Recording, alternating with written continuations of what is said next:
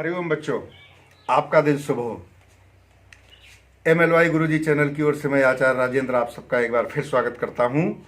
Intermediate कक्षा 12 की हिंदी भाषा की व्याख्या के क्रम में आज है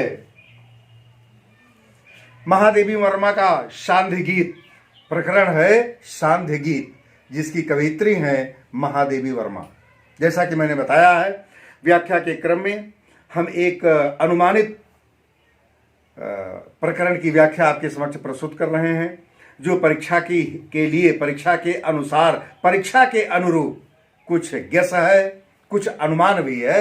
निश्चित रूप से इससे आपको लाभ होगा। आइए व्याख्या देखते हैं।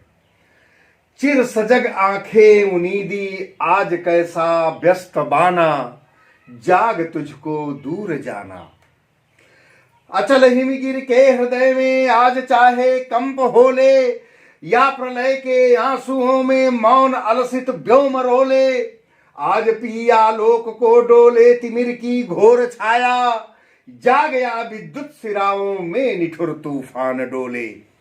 पर तुझे है नास पथ पर चिन्ह अपने छोड़ जाना, जाग तुझको दूर जाना। यह संसार नश्वर है और यह जीवन यह जीवात्मा बताया जाता है। तमाम हमारे मनीषियों ने कहा कि यह जीवात्मा परमात्मा का अंश है, जो इस संसार में आई हुई है और अपने इस जीवन के क्रम में, जीवन की यात्रा में चलते जाना है और चलते चलते इसकी परिणति सीधे फिर परमात्मा में मिल जाना है। परमात्मा क्या है? वह पूर्ण है। ओम पूर्णमदः पूर्णमिदं पूर्णात् पूर्णमुदच्यते पूर्णस्य पूर्णमादाय पूर्णमेवावशिष्यते। वह पूर्ण है, एक पारे की तरह, जिसमें से जितना पूर्ण आप निकाल लीजिए और फिर जितना पूर्ण मिला दीजिए, वह पूर्ण ही रहता है। वह ब्रह्म है और उस परमात्मा से निकली हुई समस्त जितनी जीवात्माएं हैं, ये उसके अंश हैं। और इस मृत्यु लोक में आकर के, संसार में आकर के इन जीवात्माओं को जीवन की यात्रा करते करते फिर उसी परमात्मा में मिल जाना है। कवयित्री का भाव यही है कि हे जीवात्मा, मानव को संबोधित करते हुए, जागृत करते हुए कवयित्री लिखती हैं कि चिर सजग आंखें उनींदी। चिरकाल से तेरी जो सजग रहने वाली आंखें हैं। अरे तू जब ईश्वर से यह मांग करके इस पृथ्वी पर आया, क्या मांगा? कि मैं सजग रहूंगा, सतत प्रयत्नशील रहूंगा, सन्मार्ग पर चलते हुए हे प्रभु तेरे कार्य को करूंगा और अंत में तुझसे फिर आकर के मिलूंगा, तेरे में ही समाहित हो जाऊंगा। सजग था ना, चिर सजग, दीर्घ काल से, पुरातन काल से, चिरकाल से सजग रहने वाली, सतत निरंतर प्रयत्नशील रहने वाली, जागृत रहने वाली आंखें उनीदी। तेरी आंखें आज उनीदी क्यों हैं? अलसाई सी क्यों हैं? नींद में भरी हुई क्यों है? आज कैसा व्यस्त बाना, और तेरा ये बाना, तेरी ये वेशभूषा, ये तेरी काया इस सांसारिक मोह माया में व्यस्त हो गई है, मस्त हो गई है और उसे भूल चुकी है, जिससे निकल करके आई है, जिसका तू अंश है। हे जीवात्मा, जाग तुझको दूर जाना, जाग जा, क्योंकि तुझे भी बहुत दूर जाना है। तेरे जीवन की यात्रा बहुत लंबी है। कबीर ने भी लिखा, लंबा मार्ग दूर घर, बिकट पंत बहुमार, कहो संतों क्यों पाइए हरि दर्शन, हरि दुर्लभ दीदार। हरि का दीदार दुर्लभ है, लंबा मार्ग है। तो कवित्री भी वही भाव समझाती हैं कि चिरकाल से सजग रहने वाली तेरी आंखें, हे जीवात्मा, आज उनीदी क्यों है, आलस्य से भरी क्यों है, और तेरा यह शरीर रूपी, तेरा यह परिवेश, तेरा ये वेशभूषा तेरी और तेरी काया कैसी व्यस्त है, अस्त व्यस्त है। अरे जाग जा, तुझे चैतन्य हो जा, तुझे जीवन की यात्रा पर बहुत दूर चलना है। अचल हिमगिर के हृदय में आज चाहे कंप होले।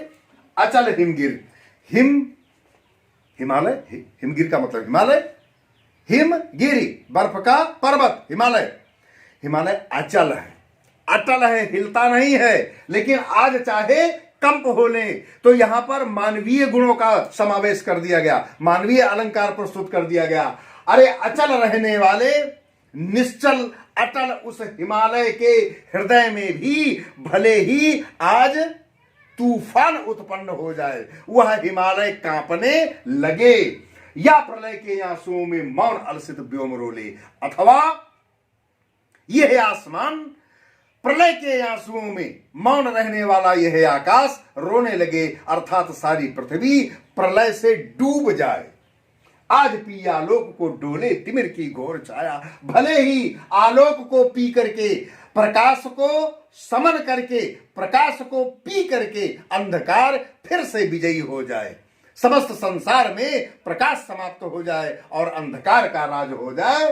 जाग गया विद्युत सिराओं में निठुर तूफान बोले, हे जीवात्मा तू जाग जा, तेरी बिजली से स्फूर्ति में, इन सिराओं में, इन धमनियों में निष्ठुर निर्दयी तूफान बोलना चाहिए।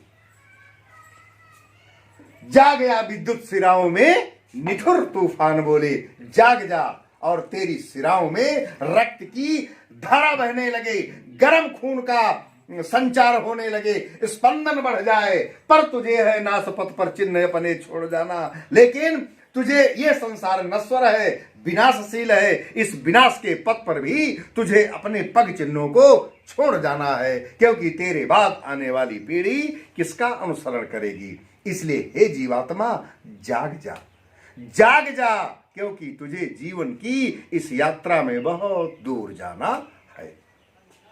तो जैसा कि आप जानते हैं 5 प्रश्न होगा। पहला प्रश्न होगा इस कविता का शीर्षक और कवि का नाम। शीर्षक है शांति गीत और कवि, ये कवित्री हैं महादेवी वर्मा। आपने रेखांकित अंश की व्याख्या, दूसरा प्रश्न होगा। सेकंड में आपने रेखांकित अंश की व्याख्या पढ़ी। तीसरे प्रश्न में प्रस्तुत पंक्तियों में कौन सा अलंकार है? मानवीय अलंकार है। अचल हिमगिर के हृदय में आज चाहे कंप होले, कभी हिमालय कांप नहीं सकता है, लेकिन मानवीय गुणों का समावेश यहां पर किया गया। एक दृष्टांत दिया गया कि हिमालय जैसा अटल रहने वाला एक जड़ भी कांप सकता है। तो इस प्रकार से तूफान कहां बोल सकता है, कहां डोलेगा, कहां तूफान उत्पन्न होगा? तेरे विद्युत सिराओं में बिजली की तरह स्पंदन करने वाली तेरी रक्तवाहिनी नलियों में तूफान डोल सकता है। इस प्रकार से छोटे छोटे 5 प्रश्न होंगे जिनके आपको उत्तर देना, और ध्यान में यह बात रहे कि 2-2 अंक के क्वेश्चन हैं और उनका अंक निर्धारित है, तो निश्चित है अगर आपने 5 प्रश्नों का उत्तर ठीक से दे दिया तो आपके 10 अंक निश्चित हैं, उनमें कहीं से कुछ कटना नहीं है। उम्मीद है कि यह व्याख्या आपकी समझ में आई होगी। इसे आप बार बार पढ़ें, बार बार देखें, और इसी प्रकार की व्याख्या पाने के लिए आप चैनल को सब्सक्राइब करें, लेकिन बेल आइकन को जरूर पुश करें, जिससे नोटिफिकेशन पाने के लिए अन्य जितनी भी व्याख्या हम डालते रहें वो आपको मिलती रहे। आप इससे ज्ञानार्जन करें। हाँ, आपका दिन